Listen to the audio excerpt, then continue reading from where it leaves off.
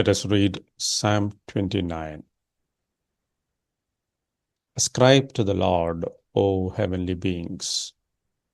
Ascribe to the Lord glory and strength. Ascribe to the Lord the glory due his name. Worship the Lord in the splendor of holiness. The voice of the Lord is over the waters. The God of glory thunders. The Lord over many waters. The voice of the Lord is powerful. The voice of the Lord is full of majesty. The voice of the Lord breaks the cedars. The Lord breaks the cedars of Lebanon. He makes Lebanon to skip like a calf, and Sirion like a young wild ox. The voice of the Lord flashes forth flames of fire. The voice of the Lord shakes the wilderness. The Lord shakes the wilderness of Kadesh. The voice of the Lord makes the deer give birth and strips the forest bare. And in his temple all cry glory. The Lord sits enthroned over the flood. The Lord sits enthroned as king forever. May the Lord give strength to his people. May the Lord bless his people with peace.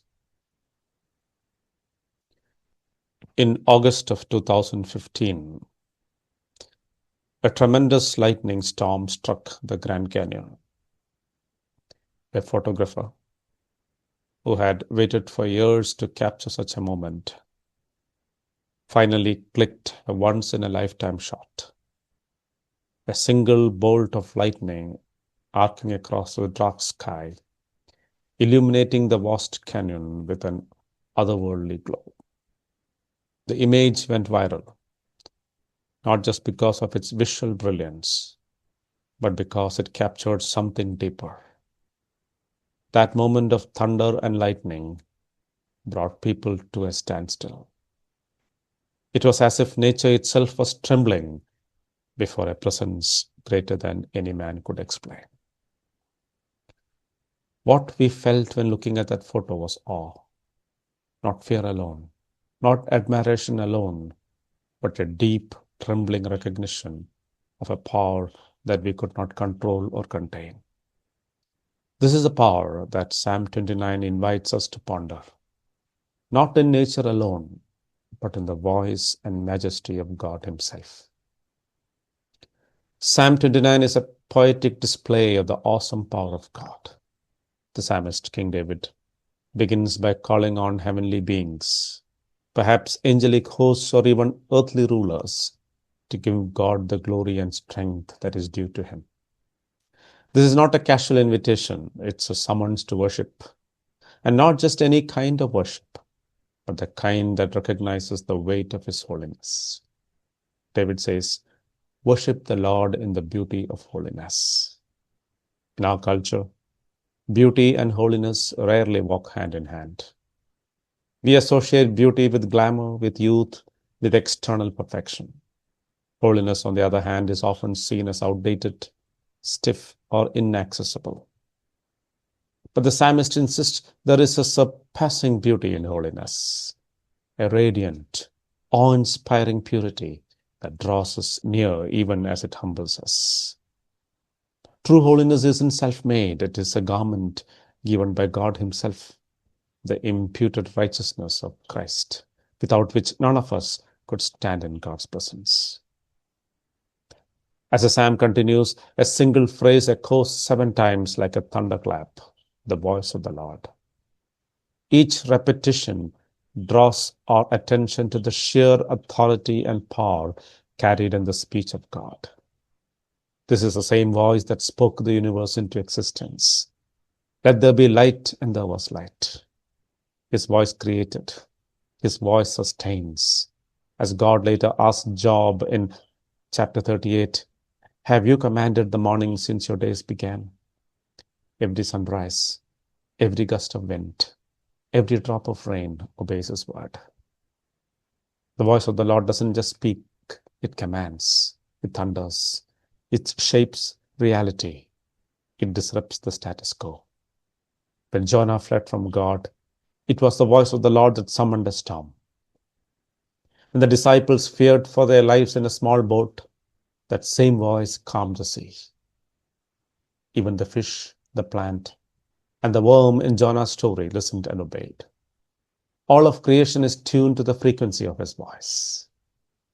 In Revelation 1:15, the Apostle John, exiled on the Isle of Patmos, describes the risen Christ. He says his voice was like the roar of many waters. It's not a gentle whisper, but a thunderous declaration that overwhelms and commands attention. Psalm 29 reflects the same power. The voice of the Lord is over the waters. The God of glory thunders. The voice of the Lord is powerful. The voice of the Lord is full of majesty. The thunder of God is not like ours. It cannot be mimicked or replicated. It is his alone. As Job 37:4-5 says, he thunders marvelously with his voice. Or he asks, or can you thunder with a voice like his? The implication is clear. There is no equal. David then gives a striking picture. The voice of the Lord breaks the cedars. The Lord breaks the cedars of Lebanon. Cedars, especially those of Lebanon, were symbols of strength, durability, and grandeur. They were used to build palaces and temples, known to last for centuries. But before God's voice, these mighty trees splinter like twigs. They do not need to be chopped down. His voice alone shatters them. Isaiah 2 paints a similar image when it declares, the Lord has a day against all that is proud and lofty, against all the cedars of Lebanon, lofty and lifted up. Pride, power, human strength, all collapse under the sound of his voice. When man exalts, God can bring low with a single word. Mountains like Lebanon and Sirion, which is another name for Mount Hermon, skip like a calf. The wilderness trembles. Forests are stripped bare. Even animals give birth in response to his voice. Everything moves. Nothing hides. Nothing remains unaffected. In the Garden of Eden, after the fall, Adam hid because he heard the voice of God. I heard the sound of you in the garden. He said, I was afraid. Before sin, Adam would have run toward that voice. But sin distorts our perception of God's voice. It no longer feels like comfort, but confrontation. Yet to those reconciled to God, that voice is the sweetest sound. Like Joseph, who said to his guilty brothers, come near to me. The voice of the Lord says to us today, do not fear. Psalm 29 reaches its climax in verse 9. In his temple, all cry glory.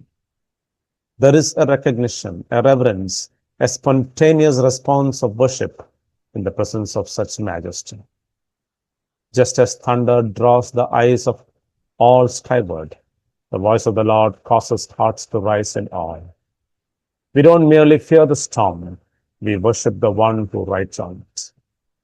David ends the psalm by declaring, the Lord sits enthroned over the flood. The Lord is enthroned as king forever. May the Lord give strength to his people. May the Lord bless his people with peace. The flood here isn't just poetic imagery. It harkens back to the flood of Noah. It represents God's judgment and power over all creation. He is enthroned over the chaos, the waters, the world's rebellion. He is enthroned forever. Whether or not the world acknowledges him, God reigns. Yet, David doesn't leave us trembling in fear. He brings us to a place of comfort. The same God who thunders with might also blesses his people with peace. The voice that can shake the wilderness can also whisper comfort to the very soul. His power is not only destructive, it is redemptive. To his people, his strength is a refuge, not a threat. What should this mean for us today? It means we must recognize and revere the awesome power of God. We must never trivialize his voice, whether in the thunder or in his word. That voice that once thundered on Mount Sinai has now spoken to us through his Son, Jesus Christ. As John 1 says, the Word became flesh and dwelt among us. That voice, majestic, full of power, walked among us, healed the sick, calmed the storms, and called the dead to life. And one day, he will call all the dead from their graves. As Jesus himself said in John 5:25, truly, truly, I say to you, an hour is coming and is now here when the dead will hear the voice of the Son of God, and those who hear will live. That voice will either summon us to eternal joy or eternal separation. But today, his voice is tender. He still says, come to me, all who are weary and heavy burdened, and I will give you rest. Did you hear him? Will you listen to that voice? Not just in the thunder, but in the quiet call of your heart. This is the awesome power of God. It is not distant. It is not indifferent. It is majestic. Yes, but it is also merciful. It is a voice that made the world and still speaks into our lives today. Let us not harden our hearts. Let us come near, clothed in the righteousness of Christ, and worship the Lord in the beauty of holiness. And let us cry with all in his temple, glory. God bless.